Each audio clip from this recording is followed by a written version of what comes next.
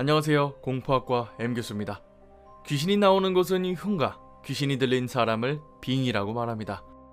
하지만 집터와 사람 외에도 귀신은 물건에도 들릴 수가 있습니다. 그리고 사람과 닮은 형태의 인형에도 귀신이 들릴 경우 말도 안 되는 일이 벌어지곤 하죠. 전 세계에 수많은 귀신 들린 인형들이 있지만 그중 세계의 인형은 진짜로 악마가 깃들어 있다고 할 정도로 유명합니다. 오늘은 세계 3대 악마 인형에 대해 알아보겠습니다. 갑니다. 캐나다의 퀸즈넬 박물관에는 머리와 한쪽 눈이 흉측하게 깨져 있는 도자기 인형이 하나 전시되어 있습니다. 1991년부터 이곳 박물관에 전시되기 시작해서 지금까지도 수많은 호러 마니아들의 방문을 이끌어내는 맨디 인형이 그 주인공입니다. 이 인형은 이미 이곳에 전시되기 전부터 그 악명이 높았던 악마 인형으로 알려져 있죠. 맨디 인형이 이곳 박물관으로 오게 된 이유부터가 소름입니다. 언젠가 리사 소렌스라고 하는 여자가 박물관에 맨디 인형을 들고 나타났습니다. 그녀는 큐레이터에게 이 인형을 박물관에 전시해달라는 부탁을 했죠. 100년 정도가 된 도자기 인형으로 충분히 전시 가치가 있었기 때문에 박물관 측에서는 이를 수락했지만 뭔가 이상했습니다. 그리고 리사에게 인형을 전시하고 싶은 이유를 물어보고 충격적인 사실을 알게 됩니다. 맨디 인형은 1910년에 독일에서 만들어진 도자기 인형이었으나 절대로 리사가 구매하거나 가져온 인형이 아니었다는 겁니다. 리사의 가족이 근처 마을로 이사를 왔는데 언젠가부터 밤마다 이상한 소리가 들리기 시작했다는 거죠. 어디선가 아이가 서글피 우는 소리가 들렸는데 그 출처를 당최 알아낼 수가 없었습니다. 그러던 어느 날 또다시 아이의 울음소리가 들려서 그 소리를 찾던 도중 울음소리가 지하실에서 들리고 있다는 걸 깨닫습니다. 리사는 곧바로 지하실로 내려갔고 그곳에서 생전 처음 보는 오래된 인형을 발견하죠. 눈과 얼굴이 조금 깨지기는 했지만 혹시나 딸이 좋아할 수도 있다는 생각에 밖에서 놀고 있던 딸에게 인형을 보여줍니다. 다행히 딸은 그 인형에 큰 관심을 보이지 않았지만 주변에 있던 동네 주민이 헐레벌떡 뛰어와서는 다짜고짜 그 인형의 출처를 따집니다. 이에 리사는 자기도 모르는 인형인데 지하실에 있었다라고 말을 해주죠. 그 동네 주민은 혀를 끌끌 차면서 이번에는 그 집이군요 라는 이해할 수 없는 말을 하죠. 뭔가 꺼림칙한 기분이 들었던 리사가 그 인형에 대해 자세히 물어보기 시작했고 그 인형이 마을에서 귀신 들린 인형으로 유명한 맨디 인형임을 알게 됩니다. 오래전 이곳 마을에는 한 소녀가 살고 있었습니다. 항상 맨디 인형과 함께 놀던 소녀가 어느 날 지하실에 갇히는 일이 발생했죠. 차갑고 어두운 지하실에 갇힌 소녀는 결국 그곳에서 싸늘한 주검으로 발견됩니다. 문제는 그날 이후 이 맨디 인형의 모습이 마을 곳곳에서 발견되기 시작합니다. 단순히 인형이 놓여있는 게 아니라 피눈물을 흘리고 있거나 울음소리가 나서 가보면 어김없이 맨디 인형이 그곳에 있었죠. 최근에는 인형이 잘 보이지 않았지만 다시금 리사의 집에서 발견되었던 겁니다. 그 말을 듣자마자 리사는 근처 박물관에 이 인형을 전시해달라고 부탁했고 박물관에서도 그 이유를 알고 있었지만 전시를 수락하게 되죠.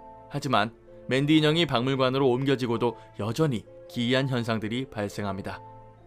분명 유리장 안에 놔뒀지만 어느 순간 인형의 손 위치가 바뀌어 있거나 유리문을 두드리는 소리가 들려서 뒤를 돌아보면 맨디 인형이 있었죠. 심지어 도시락, 책 등 박물관 직원들의 물건들이 맨디 인형 근처에 흩어져 있는 경우도 있었습니다.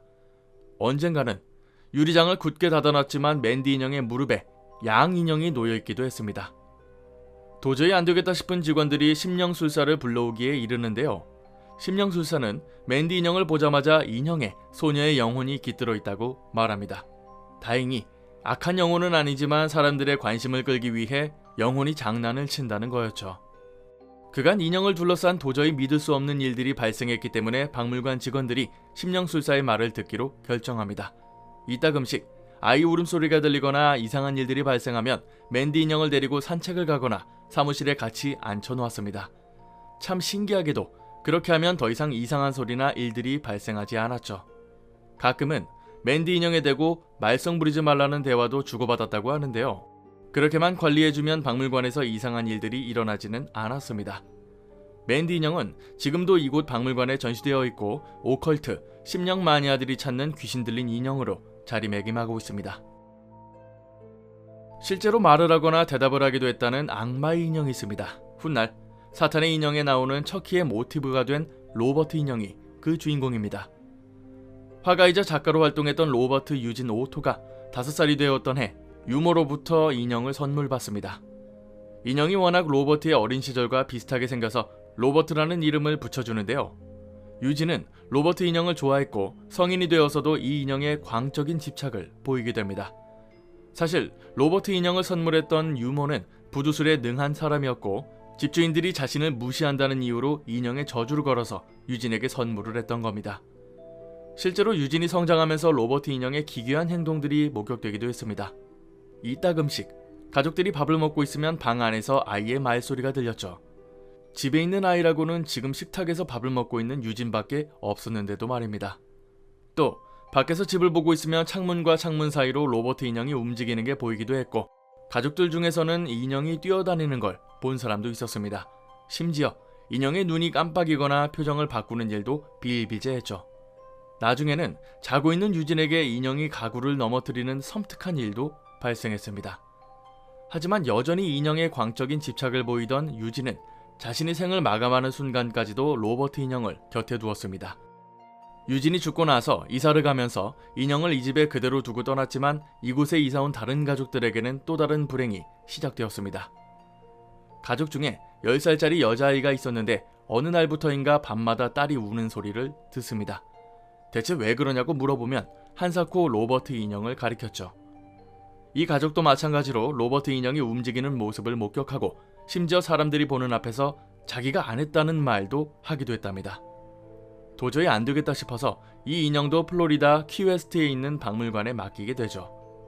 이 소문을 들은 사람들이 로버트 인형을 보러 가서 사진을 찍으면 이따금씩 사진기가 꺼지거나 사진을 찍는 새 인형의 표정이 바뀌기도 한답니다. 그리고 인형의 사악한 행동이 훗날 사탄의 인형의 척키의 모티브가 됐다고 합니다. 우리에게는 조금 익숙할 수도 있는 인형, 애나벨은 사실 악마가 깃든 인형으로 오랫동안 유명세를 이어오던 인형이었습니다. 애나벨 인형의 실화를 영화로 만들 정도로 이미 호러 마니아들 사이에서는 유명했죠. 1970년 미국에 사는 28살 여성 도나는 학업의 이유로 친구 앤지의 집으로 이사를 갑니다. 그리고 이사를 갈 때 선물로 받았던 인형을 가지고 가는데 이상하게도 이날 밤부터 이 집에서 기이한 현상들이 일어납니다. 방 한편에 두었던 인형이 밤새 다른 곳으로 옮겨져 있고 어느 날에는 집에서 이상한 소리가 들리기도 했죠. 이제는 집안에서 소녀 귀신이 목격되기도 하는데요. 이런 일들을 겪다가 결국 인형이 그 원인이라는 걸 알아내게 되죠. 인형을 쓰레기통에 버렸지만 다시 집에 나타나거나 심지어 가슴팍에 원인 모를 손톱 자국이 생기는 등 일은 점점 더 커졌습니다.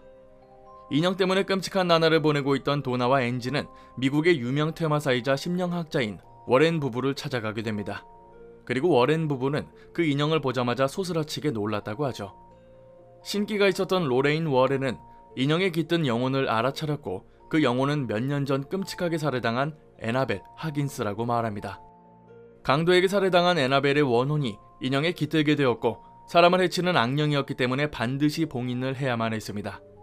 워렌 부부가 애나벨을 봉인했지만 여전히 인형이 스스로 유리장을 나와 떨어져 있거나 밤마다 기이한 소리가 들리는 일은 지속되었죠.